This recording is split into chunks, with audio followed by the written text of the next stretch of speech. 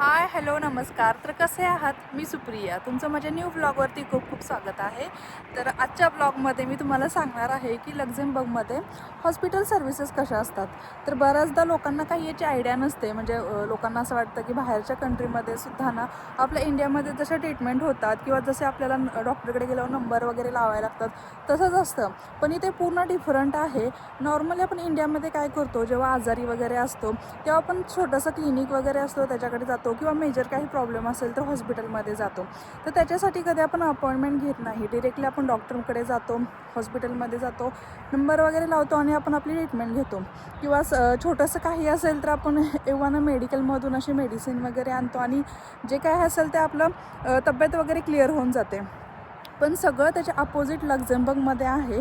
लक्झेंबर्गमध्ये असं काहीसुद्धा चालत नाही. मग लक्झेंबर्गमध्ये ट्रीटमेंट कशी होते, डॉक्टरकडे जायचं असेल तर त्याच्यासाठी काय फॉर्मॅलिटी असतात, जर ऑपरेशन असेल तर किती पैसे भरावे लागतात, त्याचे चार्जेस काय असतात, तर मी तुम्हाला आज ह्या ब्लॉगमध्ये सांगणार आहे.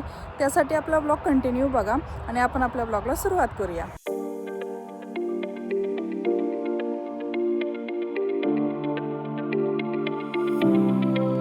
तर लक्झेंबर्गमध्ये कसं असतं ना, जेव्हा आपण आजारी असतो किंवा आपल्याला अचानक एखादी इमर्जन्सी वगैरे येते तर इथे डॉक्टरकडे डिरेक्टली जाऊ शकत नाही. इंडियामध्ये आपल्याला जर असं अचानक आजारी पडलो किंवा इमर्जन्सी आली तर आपण डिरेक्टली डॉक्टरकडे जातो आणि आपल्याला लगेच ट्रीटमेंटसुद्धा मिळते.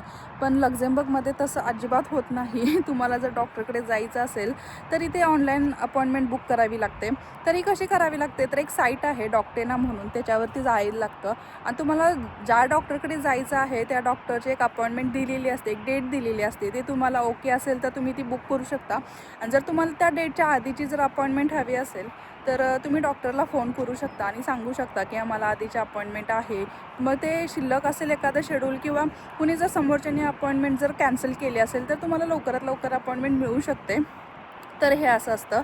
दुसरं म्हणजे आपण इंडियामध्ये जेव्हा असं आजारी वगैरे पडतो तर जास्तीत जास्त लोकं तर हॉस्पिटलला किंवा क्लिनिकमध्ये डॉक्टरकडे जाण्यासाठी खरंच शक्यतो टाळतातच. कारण मेडिकलमध्ये ओव्हर काउंटर सगळ्या मेडिसिन अवेलेबल असतात. कोणतीही मेडिसिन असू दे, औषध असू दे, ओव्हर काउंटर मिळून जातात. पण लक्झेंबर्गमध्ये तसं नाही, अजिबात चालत नाही. कोणत्याच ओव्हर काउंटरला मेडिसिन मिळत नाही. तर त्याच्यासाठी मग काय, तर डॉक्टरचं प्रिस्क्रिप्शन गरजेचे असते. काही गोळ्या आहेत म्हणजे नॉर्मली ज्याने साईड इफेक्ट काय होत नाहीत त्या मेडिसिन ओव्हर काउंटर मिळून जातात.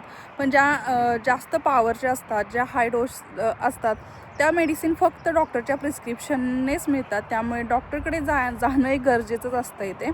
जरी तुम्हाला अचानक एखादी इमर्जन्सी आली तर तुम्ही डिरेक्टली हॉस्पिटलमध्ये जाऊ शकता. अजून एक म्हणजे मेन पॉईंट इथे असं आहे की इथे ना एक ॲडव्हान्टेज म्हणजे काय, तर इथे एक CNSचं कार्ड आहे जे इथे गव्हर्नमेंटने बनवलेलं आहे. तर हे जे कार्ड आहे ना, इथे राहणाऱ्या प्रत्येकाकडेच असतं. मग तुम्ही इथे जॉबसाठी असेल आणि इथे सेटल असेल तरी तुमच्याकडे CNSचं कार्ड असतं. तर हे CNSचं कार्ड कशासाठी असतं, तर जेव्हा आपण डॉक्टरकडे जातो, जेव्हा ट्रीटमेंट घेतो, पूर्ण ट्रीटमेंट झाल्यानंतर आपल्याला काही डॉक्टरची फीज चार्ज करावी लागते. तर समजा तुम्हाला जर 100 युरो द्यायचे आहेत डॉक्टरचे, तर CNS कार्डमुळे काय होतं की तुम्हाला फक्त काही थोडेसेच पैसे पे करावे लागतात. म्हणजे काही 20% वगैरे पे करावे लागतात आणि जे तुमचे 80% आहे ते गव्हर्नमेंट स्वतः त्यांच्या ह्याच्यातून पे करतं. त्यामुळे आपल्याला डॉक्टरची कोणतीही पूर्ण फी भरावी लागत नाही. फक्त 20% काही चार्ज करावे लागतात आणि 80% गव्हर्नमेंट देते. तर हा आहे CNSचा उपयोग. आणि काही मुलांच्या बाबतीत तर कसं होतं, जे मुलं 18 वर्षाच्या आतमध्ये आहेत, लहान आहेत, त्यांना तर कधी कधी फ्री चार्जमध्ये सगळं ट्रीटमेंट होतात. कारण CNSच्या कार्डमध्ये काही मुलांना फ्री ट्रीटमेंट आहेत. म्हणजे ज्या 18 वर्षाचे खाली मुलं आहेत त्यांना फ्री ट्रीटमेंट आहेत. तर हे CNSचं कार्डचा असा उपयोग होतो इथे. आणि जरी जर मेजर काही प्रॉब्लेम असेल, ऑपरेशन वगैरे असेल, तर त्याच्यासाठी सुद्धा हे CNSचं कार्ड उपयोगीच पडतं. आणि अजून म्हणजे जर तुम्हाला कोणत्या ब्लड टेस्ट वगैरे करायच्या आहेत आणि त्यावेळेला सुद्धा तुम्हाला हे CNSच्या कार्डमुळे एक थोडी फी भरावी लागते आणि बाकीचे चार्जेस असतं ते गव्हर्नमेंट पे करतं. हे झालं इथलं मेडिकल सर्व्हिस. तर कसा वाटला हा ब्लॉग मला कमेंट करून सांगा आणि आपल्या चॅनलला लाईक, शेअर, सबस्क्राईब करायला विसरू नका.